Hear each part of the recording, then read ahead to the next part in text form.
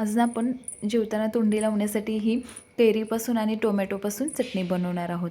नमस्कार, वीणा वर्ल्डमध्ये तुम्हा सर्वांचे खूप खूप स्वागत.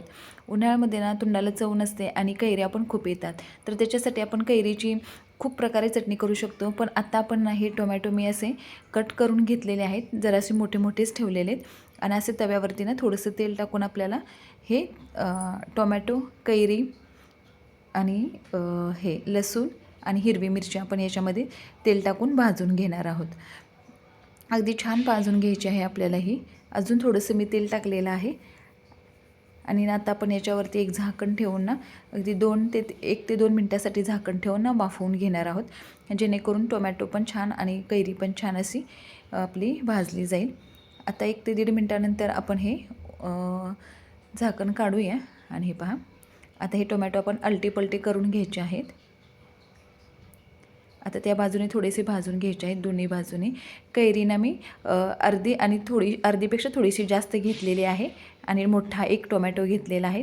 2 ते 3 हिरवी मिरची आणि 1 लसणाच्या 7 ते 10 पाकळ्या अशा घेतलेल्या आहेत. आणि हे टोमॅटो कैरी आपल्याला अशी ही पलटवून घ्यायची आहे, सर्व बाजूनी छान अशी ही भाजून घ्यायची आहे. तुम्ही उन्हाळ्यामध्ये ना ही चटणी करून पहा, खूप छान आणि टेस्टी लागते. आंबट, गोड, तिखट अशी खूप छान लागते, चटपटीत अशी ही चटणी लागते.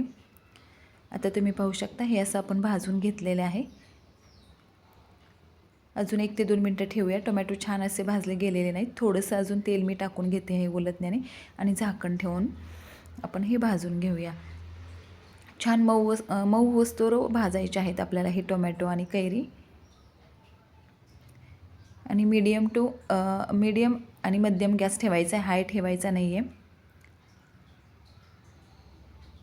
असं 1-1 मिनटाने आपल्याला अलटून पलटवून छान झाकण ठेवून भाजून घ्यायचं आहे. आणि आता आपण हे भाजल्यानंतर ना हे टोमॅटोची साल काढून घेणार आहोत आणि साल काढून घेतल्यानंतर आपण हे थंड करून घेणार आहोत.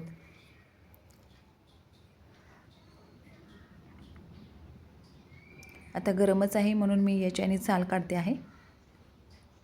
आणि आता आपण हे थंड करून घेतलं ना एका मिक्सरमध्ये ना हे टोमॅटो, हिरवी मिरची, लसूण आणि आता आपण त्याच्यामध्ये चवीनुसार लाल तिखट घेतलेलं आहे, चटणी आहे आणि 1 चमचा साखर घेतलेली आहे, चवीनुसार मीठ आणि 1 छोटा कांदा घेतलेला आहे,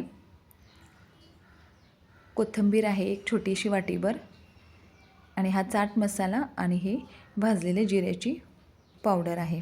आता हे मिक्सरला ना आपण असं खूप बारीकसर नाही, पल्स मोडवर फिरवून ना वाटून घ्यायचं आहे. खूप छान आणि टेस्टी अशी ही आंबट, गोड, तिखट अशी ही कैरीची चटणी लागते. उन्हाळ्यामध्ये तोंडाला चव नसते, तर अशा प्रकारे तुम्ही ही कैरीची चटणी करून पहा. नक्कीच तुम्हाला आवडेल आणि कशी झाली आहे ते पण कमेंट करून सांगा. आणि आपल्या चॅनलवर तुम्ही अजून नवीन असाल आणि चॅनलला सबस्क्राईब केले नसेल तर अशाच नवनवीन साध्या सोप्या रेसिपी पाहण्यासाठी आपल्या चॅनलला लगेचच सबस्क्राईब कराल आणि थोडंसं तेल टाकून मिक्स करून घ्यायचे आहे. तर चला भेटूया पुन्हा एकदा अशाच एका नवीन रेसिपीसोबत. धन्यवाद.